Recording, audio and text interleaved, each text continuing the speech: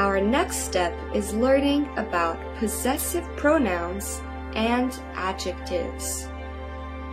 It can be confusing because these words are sometimes referred to as possessive pronouns and absolute pronouns, whilst in other grammar books, we call them possessive pronouns and adjectives.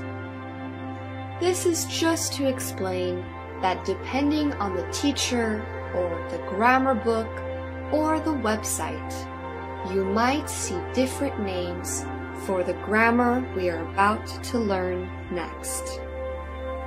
But for the sake of simplicity in this lesson, we will be learning about possessive pronouns and possessive adjectives.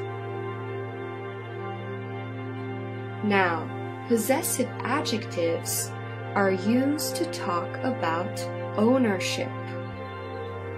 The possessive adjectives are my, your, his, her, its, our, your, their. Possessive adjectives are used before a noun to show who or what owns it. For example, this is my jacket. The dog is looking for its master. Possessive pronouns.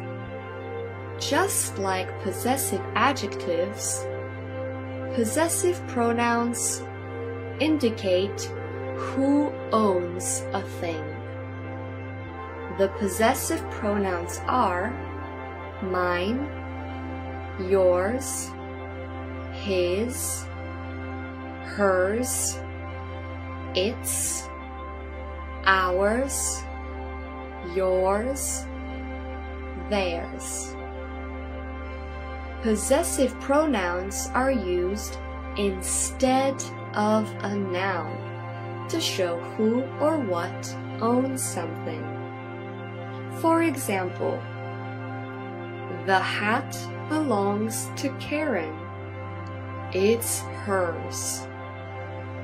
The possessive pronoun hers replaces the word hat and indicate who owns it.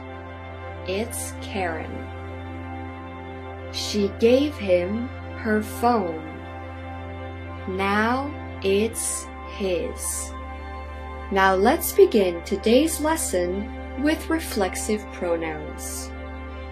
The reflexive pronouns are myself, yourself, himself, herself, itself, ourselves, yourselves, themselves, and they refer to the person or animal that is the subject of a verb.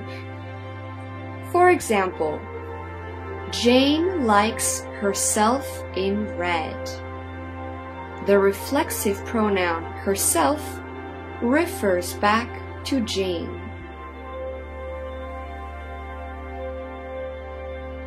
Reflexive pronouns can be used in a sentence in different ways.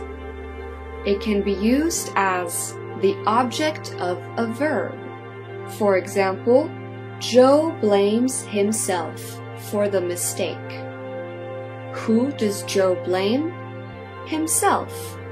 He is both the subject and the object. Reflexive pronouns can also be used as the object of a preposition. Look at yourself. At is a preposition. Yourself is the reflexive pronoun. Reflexive pronouns can also be used as the indirect object of a verb. She helped herself to a sandwich. Finally, the last use of a reflexive pronoun is to emphasize a noun or personal noun. Alex herself baked this amazing pie. There are only two types of reciprocal pronouns, and they are each other, one another. We use reciprocal pronouns when two or more people do the same thing together. For example, Jessica and Tom sent each other letters. This sentence means that Jessica sent Tom letters and Tom sent Jessica letters. They both did it together. We sent one another flowers. We could indicate 2, 3, 4, or more people. This means that each person sent the others flowers. Everyone sent and everyone received the flowers. Be careful. Make sure not to confuse reciprocal pronouns with possessive pronouns, because they can really change the meaning of a sentence. For example, Ted and Lola talk to each other regularly. This sentence means that Ted talks to Lola and Lola talks to Ted. But in the sentence, Ted and Lola talk to themselves regularly.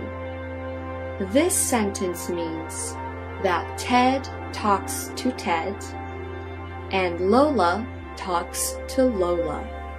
Demonstrative pronouns.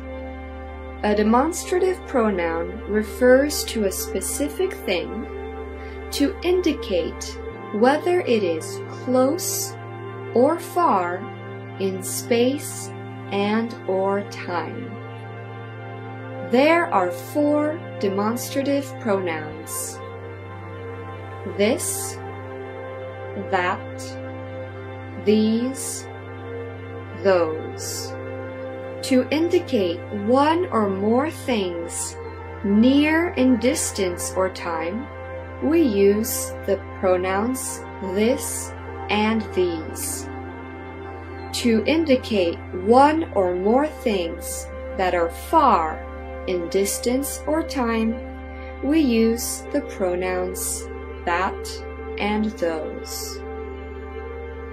All 4 of these demonstrative pronouns can be used before a noun or instead of a noun. For example, that was the last time I heard that song. Relative pronouns. We use relative pronouns to introduce relative clauses, which is simply a sentence used to clarify or add information about who or what we are talking about. The relative pronouns are who, whom, whose, which, that. We use the relative pronouns who and whom for people, whose to indicate ownership, which for things, and the word that for both people and things. In American English, it is more common to use that for things. People rarely use which. Whereas in British English, people still use both which and that. For example, Marie Curie is the woman who discovered radium. The relative clause, who discovered radium, gives more information about the woman Marie Curie. I'm reading Wild, which is my favorite book, for the third time. The relative clause, which is my favorite book, gives more information about the book Wild. Notice how the relative clause is in the middle of the sentence and is therefore placed between two commas. Let's move on to interrogative pronouns. The interrogative pronouns are who, what, where, whom, which, whose. Notice how they are very similar to relative pronouns. We just use them differently, as we use interrogative pronouns to ask questions, and therefore use them at the beginning of a question.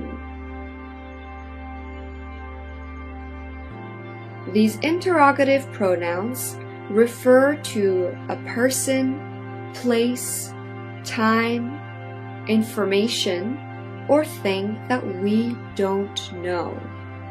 For example, who is that girl you were with?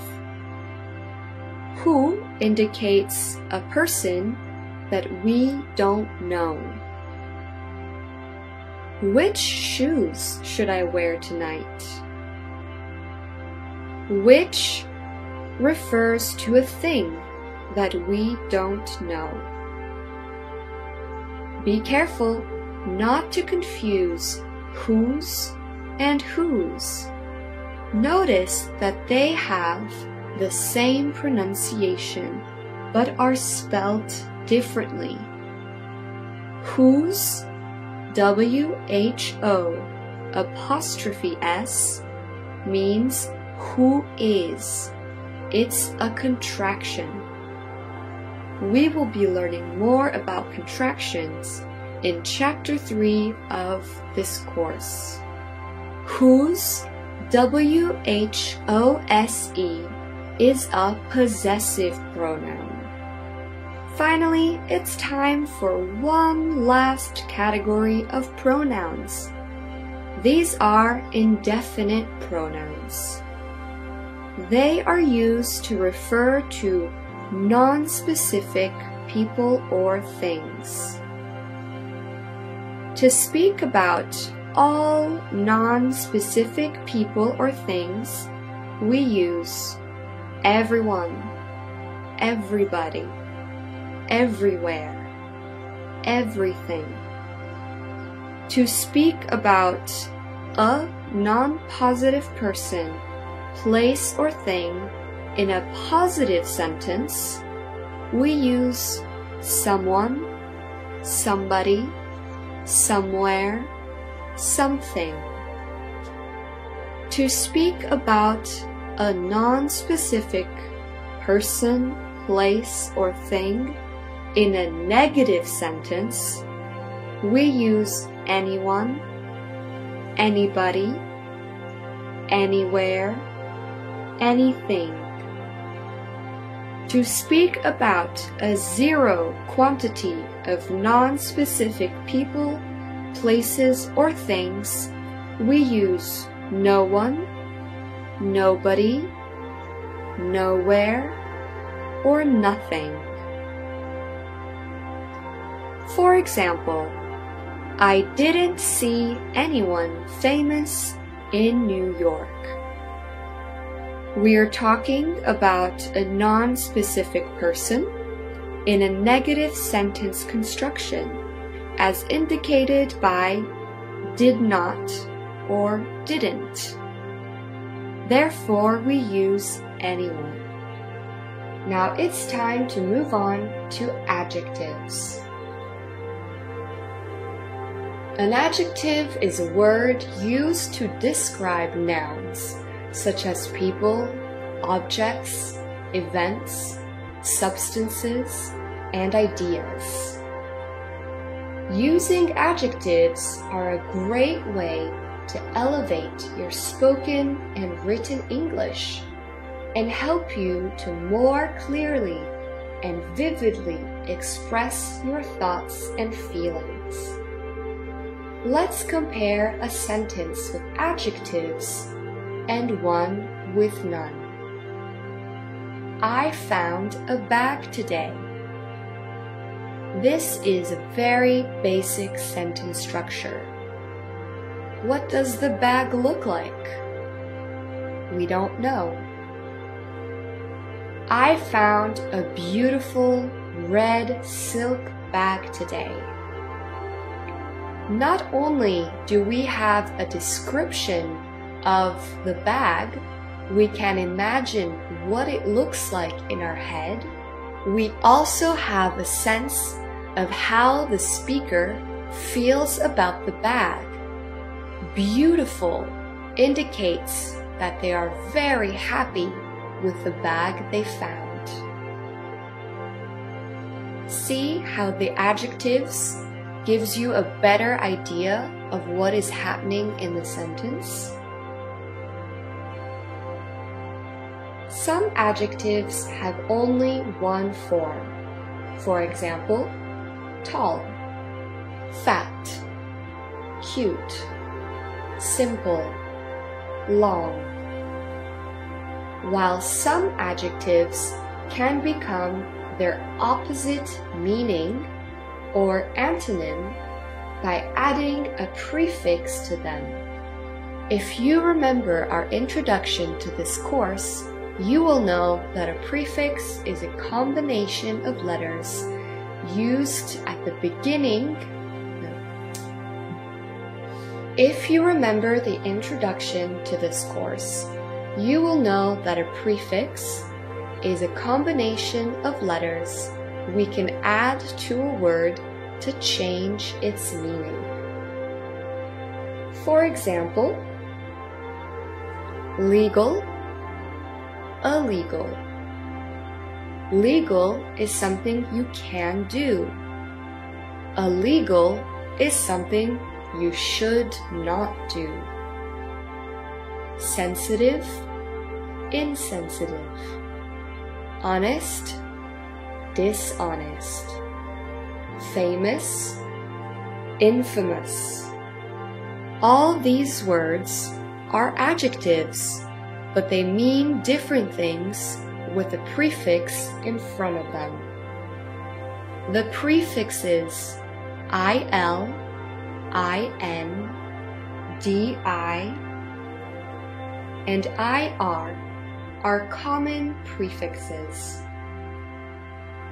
So this is how you add a prefix to an adjective to form a new word. Now we can also form adjectives by adding a suffix to a noun. A suffix is a combination of letters we add at the end of a word to make a new one. For example, hair is a noun. Hairy is an adjective. Beauty is a noun. Beautiful is an adjective. Luck, lucky. Magic, magical. Another way to form adjectives is by adding a suffix to a verb. For example, attract, attractive. Enjoy, enjoyable. Hate, hateful. Create, creative. Now, adjectives can be used in 3 different ways in a sentence. First, between an article and a noun. For example, I'm eating a juicy strawberry. A is an article and strawberry is a noun.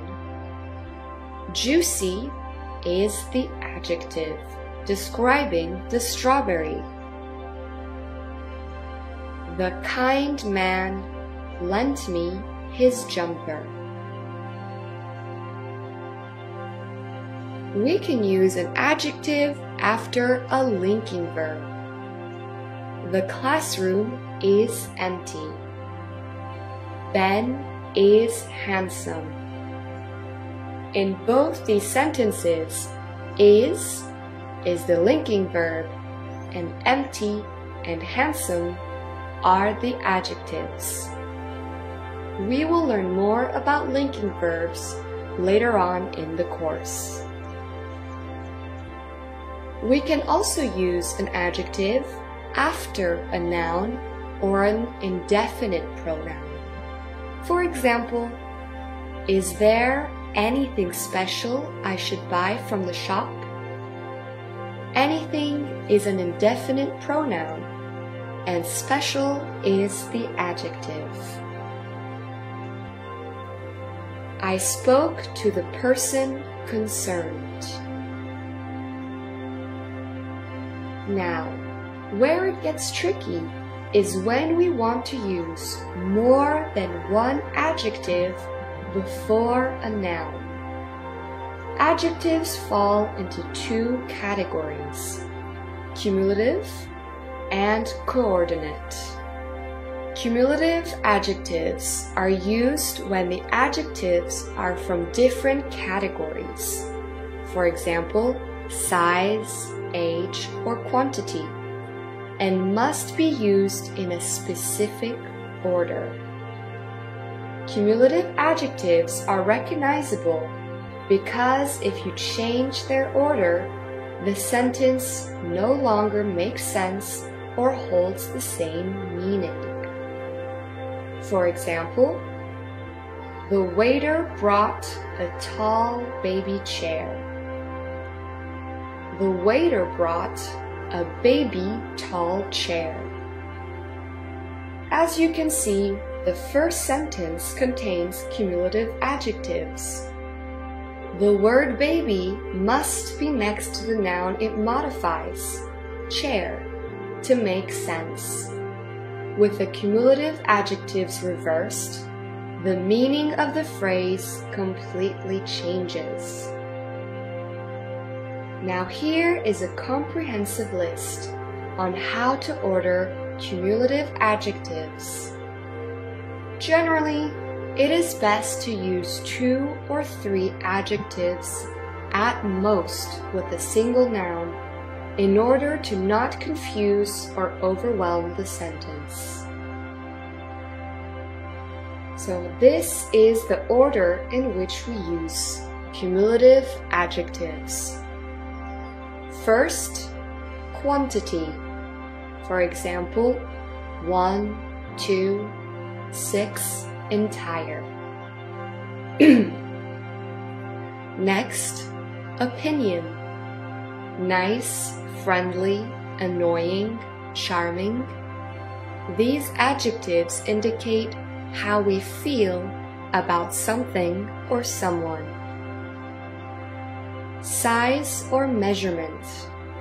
Big, small, tall, tiny, large.